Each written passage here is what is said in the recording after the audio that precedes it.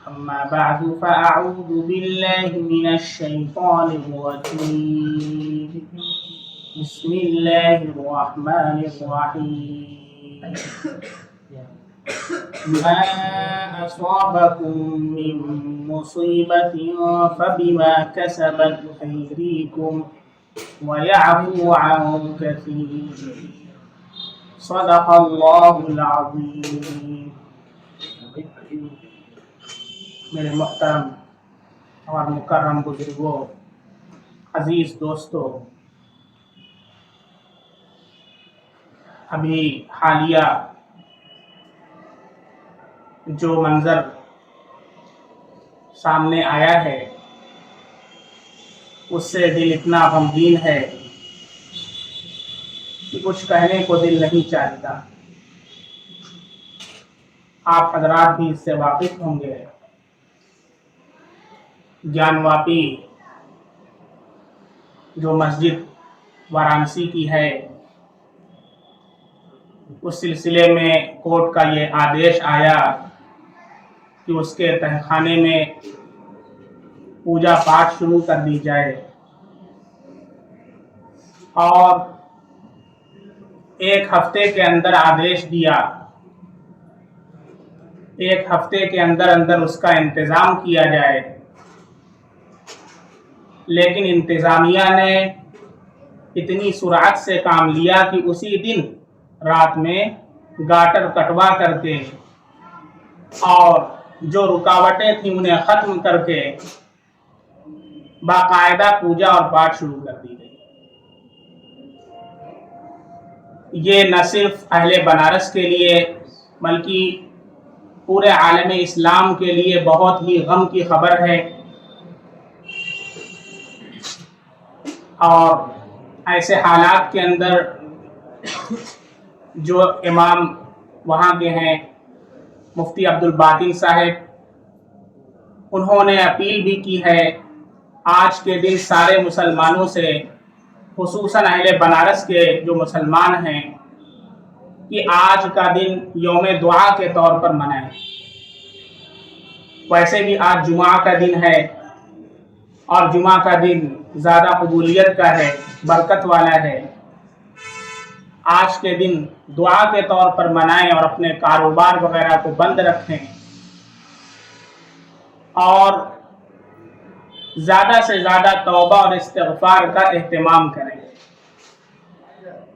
اسی طریقے سے بہت سارے حضرات جو سڑکوں پر آ کر کے مظاہرہ کرنا چاہتے ہیں، ان سے اپیل کی جاتی ہے کہ وہ اپنی طرف سے اس طرح کی کوئی پہل نہ کریں. اور یہ حالات جو اس وقت ہمارے سامنے آئے ہیں، جیسا کہ میں نے خطبے میں آیت کریمہ پڑھی ہے، اللہ تعالیٰ ارشاد فرما رہے ہیں وَمَا أَصَابَكُم مِّن مُّصِيبَةٍ فَبِمَا كَسَبَتْ أَيْدِيكُمْ، یعنی جو حالات بھی، جو مصیبتیں تم کو پیش آتی ہیں وہ تمہارے اعمال کی وجہ سے. یہ پہلی مرتبہ نہیں، اس سے پہلے اس سے بڑے بڑے حالات امت مسلمہ پر آ چکے ہیں.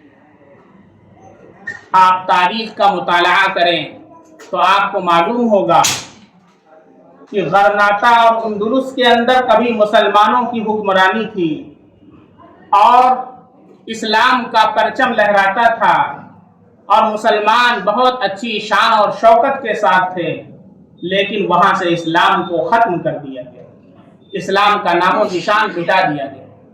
بغداد کی صورتحال دیکھیں، جب تاتاریوں کا فتنہ مسلط ہوا ہے تو جتنی مساجد تھیں ان کو منہدم کیا گیا، کتب خانے کی کتابوں کو جلا دیا گیا اور علی الاعلان قتل عام کر دیا گیا. لیکن پھر اللہ رب العزت نے انہی کے خاندان کا جو بادشاہ تھا اسے اسلام کی دولت سے مالا مال فرمایا، اور ایک اللہ کے بندے خواجہ محمد دربندی رحمت اللہ علیہ کے درد اور اللہ سے ان کے مانگنے کے طفیل اللہ نے اسے اسلام کی دولت عطا فرمائی.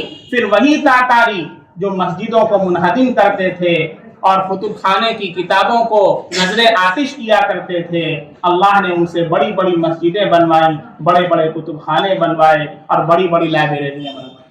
اور علامہ اقبال رحمۃ اللہ علیہ کو کہنا پڑا ہے عیا یورش تاتار کے فسانے سے، ہے عیا یورش تاتار کے فسانے سے، پاسباں مل گئے کعبے کو صنم کھانے سے۔ حالات اس سے اب تر آ چکے ہیں، اور یہ حالات ہمارے اعمال کی وجہ سے۔ ایسا نہیں تھا کہ بغداد کے اندر جو مسلمان تھے وہ بہت شکستہ حالت میں تھے، یا غرناطہ کے جو مسلمان تھے یا اندلس کے جو مسلمان تھے وہ بڑے غریب تھے، ایسا نہیں تھا، بڑی شان و شوکت کے ساتھ۔ پھر ایسا کیوں ہوا؟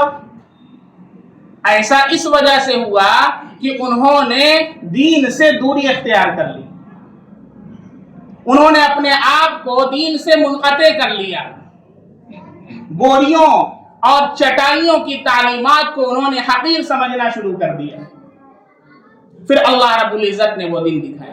آج کے حالات کے اندر بھی ہم دیکھیں، ایسے حالات کے اندر بھی کتنے ایسے مسلمان ہیں کہ جو اللہ کی بارگاہ میں 5 وقت اپنے سر کو خم کرتے ہیں۔ ایسے حالات کے اندر بھی کتنے ایسے مسلمان ہیں جو شریعت کے اوپر قائم ہیں، حرام سے اپنے آپ کو بچاتے ہیں۔ سوشل میڈیا کا دور ہے، فیبروری چل رہا ہے، آپ حضرات کے علم میں ہے ویلنٹائن ڈے 14 فیبروری کو آنے والا ہے، اور آپ حضرات تو صرف ویلنٹائن ڈے جانتے ہیں۔ ویلنٹائن ڈے سے پہلے بہت سا ڈے منایا جاتا ہے۔ ویلنٹائن ڈے سے پہلے 7 فیبروری کو روز ڈے، یہ جو کالجز کے اندر ہمارے بچے بچیاں، آپ کے بچے بچیاں پڑھتے ہیں، اور آپ حضرات خواب خرگوش میں سرمست ہیں، ہمارا بچہ بڑا دیندار ہے، ہماری بچی بڑی دیندار ہے۔ اس جونپور کے بارے میں میرے پاس رپورٹس ہیں، ایسے ایسے گھرانے کی بچیاں جن کے والد محترم پہلی صف کے نمازی ہیں، کالجز کے اندر ایسی صورتحال ہے کہ وہ بیان کرنے لائق نہیں۔ یہ 7 فیبروری جو آ رہا ہے، اس میں روز ڈے منایا جاتا ہے، یعنی لڑکا اپنی گرل فرینڈ کو گلاب دیتا ہے، روز ڈے گلاب دیتا ہے۔ پھر 7 کے بعد 8 فیبروری کو پروپوز ڈے، پروپوز کرتا ہے، آئی لائک یو، پروپوز کرتا ہے۔ پھر اس کے بعد پھر 9 فیبروری کو کیا ہوگا؟ چاکلیٹ کھلائے گا، چاکلیٹ کھلائے گا، اسے چاکلیٹ ڈے منائے گا، 50 روپے کی کوئی چاکلیٹ لے کر کے آئے گا، اور ہمارے گھروں کی بچیاں اسلام کے نام کو تار تار کرتے ہوئے اما عائشہ اور حضرت فاطمہ کے کردار کو داغدار کرتے ہیں۔ اور پھر 10 فیبروری کو ٹیڈی ڈے، ٹیڈی مل رہا ہے بازاروں کے اندر، ٹیڈی جانتے ہیں جو بنا ہوتا ہے کھلونے کی طرح، بڑا بڑا ملتا ہے، اسے لے جا کر کے دیں گے کہ لو اس کو لے جا کر کے اپنے ساتھ رکھنا، اپنے بیڈ کے ساتھ، اور یہ تصور کرنا کہ میں تمہارے ساتھ سویا ہوا ہوں۔ پلاننگ چل رہی ہے، یہ ہمارے مسلمان، ہمارے یوتھ آج کے دور میں کر رہے ہیں، کیا نہیں کر رہے ہیں؟ یہ آج کے حالات میں آپ کو بتا رہا ہوں۔ پھر 11 فیبروری آنے والا ہے، 11 فیبروری کو کیا ہوگا؟ 11 فیبروری کو پرومس ہوگا، promise that you will be mine، کہ تم میری ہوگی، کہیں اور نہیں رہو گی۔ پھر اس کے بعد 12 فیبروری آنے والا ہے، 12 کو کس ڈے ہوگا؟ یعنی اب اتنا سارا تم کو گفٹ مل چکا ہے، اب ایک تو کس بنتا ہے، کس کا مطلب سمجھ رہے ہیں؟ لڑکا لڑکی کو بوسہ لے گا، لڑکیاں لڑکوں کو بوسہ لیں گی، یہ صورتحال اس وقت کی۔